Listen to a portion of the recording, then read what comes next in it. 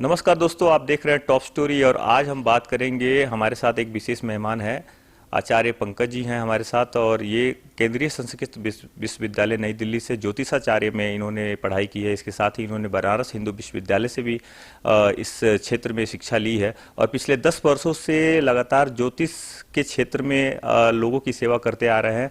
चूंकि इस वर्ष सावन का विशेष महत्व है और सावन इस वर्ष विशेष तौर पे काफी लोगों में सावन को लेकर दिलचस्पी है कि इस बार 2 महीने तक सावन का अवसर लोग सेलिब्रेट कर रहे हैं।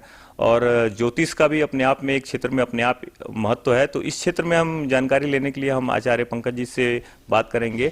पंकज जी, बहुत बहुत धन्यवाद टॉप स्टोरी में बात करने के लिए। मेरा पहला सवाल यह है कि जो है ज्योतिष का जो है इस क्षेत्र में क्या महत्व है, ज्योतिष को लेकर लोगों में क्या दिलचस्पी रहती है? जय भोलेनाथ। सर्वप्रथम आपने जो कहा कि ज्योतिष का क्या महत्व है, ज्योतिष शास्त्र जो है वो शास्त्र जो कहा जाता है उसे कि वेद का नेत्र है। और क्योंकि ज्ञान, वेद का अर्थ ही होता है ज्ञान, और उसमें भी वो चक्षु का कार्य करता है। और जो भी हम जो देखते हैं, जो प्रकृति में जो घटना घटित होती है, सूर्य उगता है, संध्या होती है, रात्रि, और ये जो भी आप घटना घटित हो रहा है प्राकृतिक रूप से, उसकी गणना जिस व्यवस्था से की जाती है उसे ज्योतिष शास्त्र कहते हैं। और मनुष्य ही नहीं, प्रकृति में जितने भी जीव हैं उन सभी जीवों पर ज्योतिष शास्त्र का प्रभाव है, क्योंकि काल का प्रभाव है। और काल की गणना जिस शास्त्र से की जाती है उसे ज्योतिष शास्त्र ही कहते हैं। हमारा जो जीवन है वो 5 तत्वों से बना है और 3 सूक्ष्म तत्व मन बुद्धि अहंकार यानी 8 प्रकृति तत्वों से बना है। और यही सिद्धांत को परिभाषित हमारा ज्योतिष शास्त्र भी करता है। किसी भी व्यक्ति के जीवन में जैसे अग्नि है, जल है, आकाश है, पृथ्वी है, वायु है, इसी के प्रभाव से जीवन हम व्यतीत कर रहे होते हैं, अपने जीवन को जी रहे होते हैं। और इन्हीं चीज़ों के अप डाउन होने से हमारे जीवन में खुशी या समस्या उत्पन्न होती है। अगर कोई व्यक्ति के जीवन में मान लिया जाए कि पृथ्वी तत्व कमजोर है तो वो संपन्नता उसके पास कम होगी, स्थिरता कम होगी। किसी व्यक्ति के जीवन में वायु तत्व ज़्यादा वृद्धि है या कम है तो उस व्यक्ति के अंदर चंचलता बहुत ज़्यादा होगी, उग्रता ज़्यादा होगी। यानी अग्नि तत्व भी नहीं होगा तो वो व्यक्ति के जीवन में आलस ज़्यादा आ सकती है, संपन्नता भी कम हो जाएगी। क्योंकि बिना अग्नि और बिना जल और वायु के जीवन नहीं चलित हो सकता है। तो हमारा शास्त्र जो है बिल्कुल 5 तत्वों पर ही निर्भर करता है। और 3 सूक्ष्म तत्व मन बुद्धि अहंकार 8 प्रकृति के अधीन जीवन है। और ज्योतिष शास्त्र हर जीवों पर एकदम इक्वल रूप से कार्य करता है, समानता के साथ कार्य करती है। ज्योतिष का बहुत ही बड़ा व्यापक रोल होता है और ज्योतिष से बहुत ही चीजों का गणना किया जा सकता है। ये एक विशेष विषय है और इस पे हम अलग अलग सेगमेंट में आचार्य जी से हम बात करेंगे, क्योंकि ज्योतिष का असर जो है हमारे जो मनुष्य के हर एक क्रिया प्रणाली पे पड़ती है। तो इसके बारे में हम डिटेल्स इनके बारे में हर एक सेगमेंट में अलग अलग से अलग एपिसोड बनाकर करेंगे। लेकिन इस वर्ष चूंकि सावन का एक विशेष महत्व है और 19 साल बाद एक ऐसा संयोग आया है कि 2 महीने का सावन इस बार मनाया जा रहा है। तो सावन के उपलक्ष्य में चूंकि ऐसा संयोग, दुर्लभ संयोग बना है, तो इसमें क्या सावन में किस तरह से लोगों को भगवान शंकर को, भगवान शिव को प्रसन्न करने के लिए क्या उपाय करने चाहिए और सावन का क्या महत्व है हमारे जीवन में, क्यों लोग सावन को सेलिब्रेट करते हैं, इसके बारे में हम ज्योतिषाचार्य जी से जानकारी लेना चाहेंगे। आचार्य जी, श्रावण मास का हमारे हिंदू शास्त्रों में बहुत ही ज़्यादा महत्व है। हिंदू शास्त्रों में ही नहीं, जितने भी धर्म हैं, कारण कि बिना वर्षा किए जीवन नहीं चल सकते। यानी प्रकृति को बिल्कुल हरा भरा रखना है तो जल की बहुत ही आवश्यकता है। और जल के कारक देवता ईशान भगवान शिव हैं। और इन समय जल की अधिक वृष्टि होती है यानी बारिश होती है, जिसके कारण प्रकृति में बहुत भरा पड़ा हो जाता है, वो संपन्न होती है। और अधिक बारिश होने के कारण प्रकृति में जल की मात्रा अधिक हो जाती है, तो जल अशुद्ध भी हो जाता है। तो यही जो जीवन है, जिसमें जीवन में हम अपने जीवन को शुद्धिकरण करने के लिए भगवान शिव की पूजा उपासना करते हैं, इसमें दूध अर्पण करते हैं। तो गाय जो होती है वो चारा खाती हैं, क्योंकि तरह तरह के वनस्पति उपजते हैं और उसमें जीवों का भी, जो कीटाणु आदि का भी प्रपना ज़्यादा हो जाता है। तो भगवान शिव को हम श्रावण महीने में दूध अर्पण करते हैं, यानी उस दूध को ग्रहण करेंगे तो हमारे स्वास्थ्य पर भी बुरा प्रभाव पड़ सकता है। इसीलिए हम अपने जीवन को एकाग्रता प्रदान करने के लिए, संपन्नता प्रदान करने के लिए हम भगवान शिव को अर्पण करते हैं। श्रावण मास का विशेष महत्व है, क्योंकि जिस प्रकार से माता जो मातृधर्म, जो मासिक धर्म कहते हैं, उसके अनुसार से किसी बच्चे का जन्म होता है, उसी प्रकार प्राकृतिक का जो है ना वो मासिक धर्म मान सकते हैं इस समय, क्योंकि प्रकृति भी उसी तरह से मातृ धर्म निभाती है। और उसी के कारण श्रावण महीने और भादो महीने बारिश होती है, मतलब वर्षा का ऋतु है। श्रावण महीने में भगवान शिव का पूजन का बहुत ही महत्व है। और सबसे बड़ी बात है, जो भी व्यक्ति जिस कामना के साथ अपने जीवन को स्वस्थ जीवन करना चाहते हैं, संपन्न जीवन बनाना चाहते हैं, तो वो भगवान शिव की पूजा उपासना करते हैं। कोई कांवड़ यात्रा करता है, कोई व्यक्ति अपने अनुसार से जल से, घी से, दूध से, दही से, शहद से, शक्कर से, ईख के रस से, तरह तरह अनेक प्रकार से पूजन अर्चना करता है। वो महत्व करता है कि आपको क्या चाहिए, आप किस उद्देश्य से भगवान शिव की पूजा उपासना करते हैं, क्योंकि उन्हीं किसी उद्देश्य, खास उद्देश्य करके लोग पूजन उपासना करते हैं। और आप कामना के लेकर कोई पूजन करते हैं तो उसका एक अलग महत्व है। तो जिसमें मैंने बताया इन तत्वों का उपयोग करते हैं। षोडश या राजसोपचार, षोडश उपचार भी करते हैं, कोई पंचोपचार करते हैं। हर व्यक्ति अपने क्या कहते हैं, अपनी हैसियत के अनुसार या अपनी क्षमता के अनुसार भगवान शिव की पूजा अर्चना करते हैं। और भगवान शिव तो बहुत ही दयालु हैं, अवघड़दानी है, उन्हें जिस प्रकार से पूजा अर्चना कर लिया जाए, क्योंकि उनमें कोई भेद नहीं है, वो उनको कोई भी उपासना करता है, वो कोई भी पूजा कर सकते हैं, उन पर प्रसन्न हो जाते हैं। काफी समय बीत चुका है सावन का, और इस वक्त काफी लोग जो है सावन के समय में भगवान भोलेनाथ के मंदिर में जाते हैं। हम आचार्य जी से यह जानना चाहेंगे कि साधारण तरीका क्या है भगवान शंकर को प्रसन्न करने का, भगवान शिव को प्रसन्न करने का? क्या एक मामूली विधि होती है जिससे एक साधारण व्यक्ति भी ईश्वर के शरण में जाकर प्रार्थना कर सकता है और भगवान भोलेनाथ को प्रसन्न कर सकता है? किस तरीके से सुबह, प्रातः, शाम, किस तरीके से हम इस मंदिर में जाकर किस तरह से पूजा अर्चना कर सकते हैं, इसके बारे में एक संक्षिप्त जानकारी हम लेना है। देखिए, मंदिर तो हमारी भावनाओं को संपुट करती है, स्ट्रॉन्ग करती है, मजबूत करती है। लेकिन हमारा शरीर ही स्वयं अपने आप में मंदिर है। इसमें जब हम कारण तत्व को देखते हैं तो मूलाधार चक्र से सहस्त्रार तक होती है, और सभी चक्रों में भगवान शिव का वास है, शिवलिंग की स्थापना है।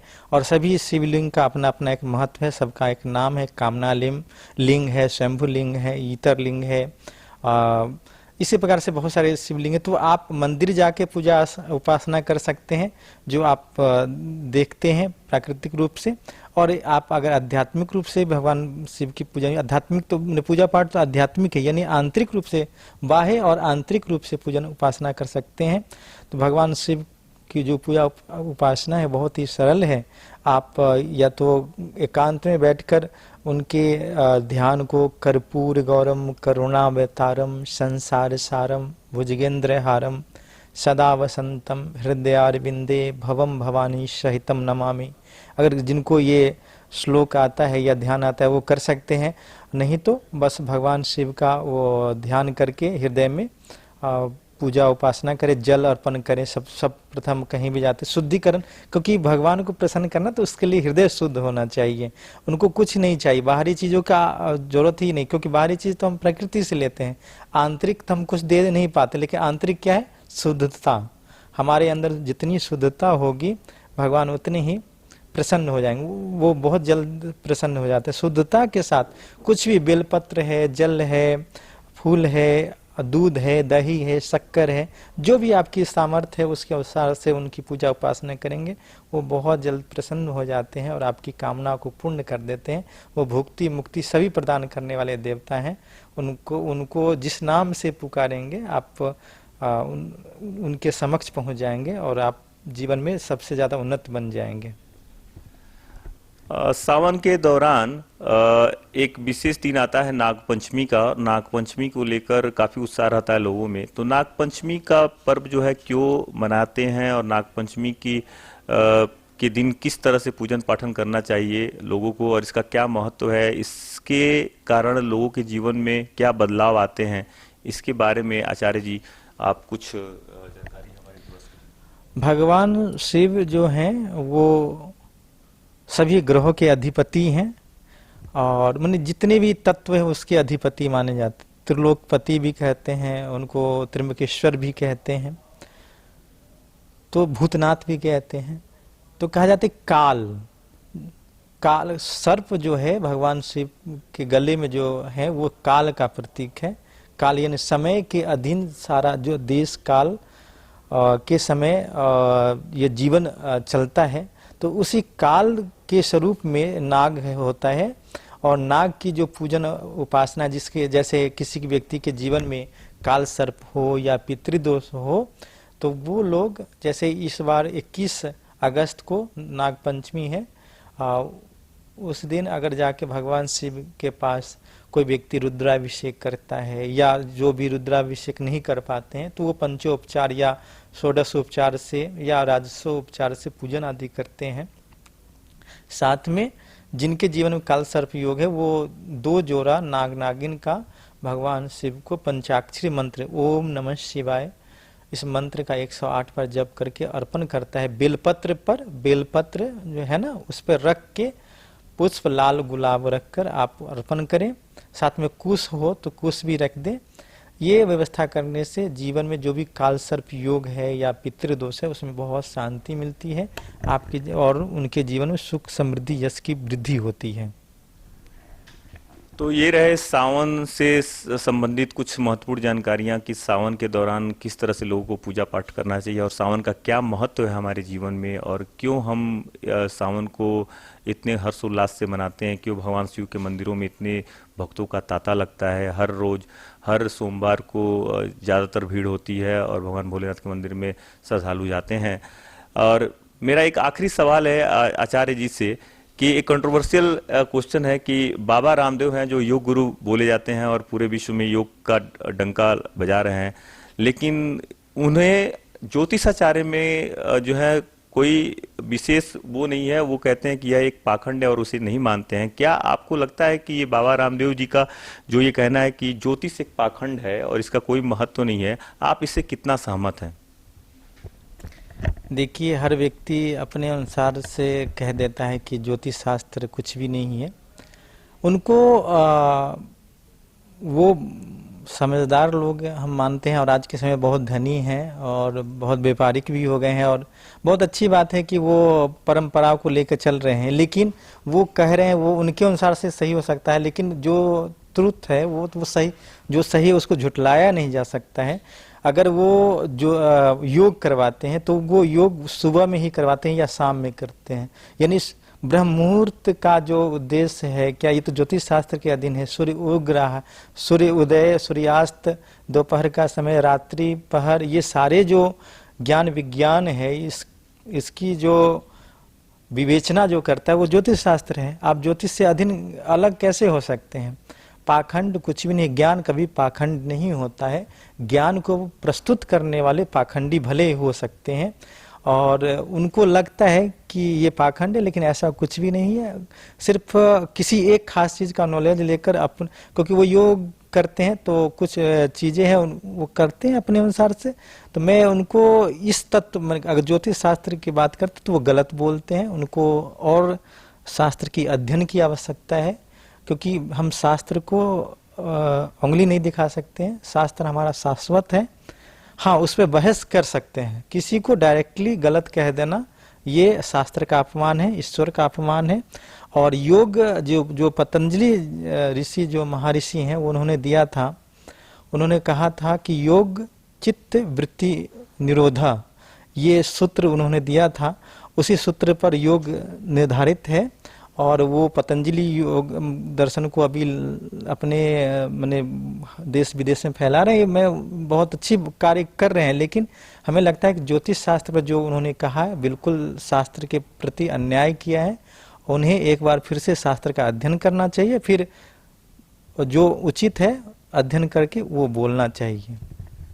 तो आचार्य पंकज जी का साफ एक दिशा है कि बाबा रामदेव जी योग के महारथी हैं, उन्हें योग के बारे में अच्छी जानकारी है, लेकिन ज्योतिषाचार्य एक अपने आप में एक अलग क्षेत्र है। हाँ, उनका क्वेश्चन हो सकता है क्योंकि इस क्षेत्र में तमाम ऐसे लोग हैं जिनको अधूरी जानकारी है और अपूर्ण जानकारी की वजह से ऐसा भ्रम समाज में होता है कि ज्योतिष एक पाखंड है। लेकिन आचार्य पंकज जी का साफ स्पष्ट कहना है कि इस क्षेत्र में जो ऐसे तमाम लोग हैं जो एक्सपर्ट हैं, जो इसके बारे में नॉलेज रखते हैं, जो अध्ययन किए हुए हैं, वही इस चीज़ की अच्छी जानकारी दे सकते हैं, और ये कहना बिल्कुल ही पाखंड है।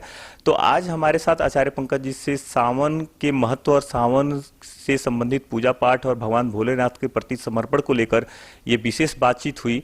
हम आगे भी आपको ज्योतिषाचार्य में बहुत सारे ऐसे क्षेत्र हैं जिसके बारे में, हम ग्रहों के बारे में और उनके हमारे शारीरिक जीवन में, हमारे मानसिक जीवन में किस तरह से बदलाव हो सकता है, क्या उपाय करें जिससे इसका असर हमारे जीवन में पड़ता है, इसके बारे में हम समय समय पर आपसे रूबरू कराते रहेंगे। तो आचार्य पंकज जी, आपका बहुत बहुत धन्यवाद। और इसी के साथ हम इस कार्यक्रम को समाप्त करते हैं। अभिषेक कुमार, टॉप स्टोरी के लिए हेमंत कुमार कैमरामैन के साथ, नई दिल्ली।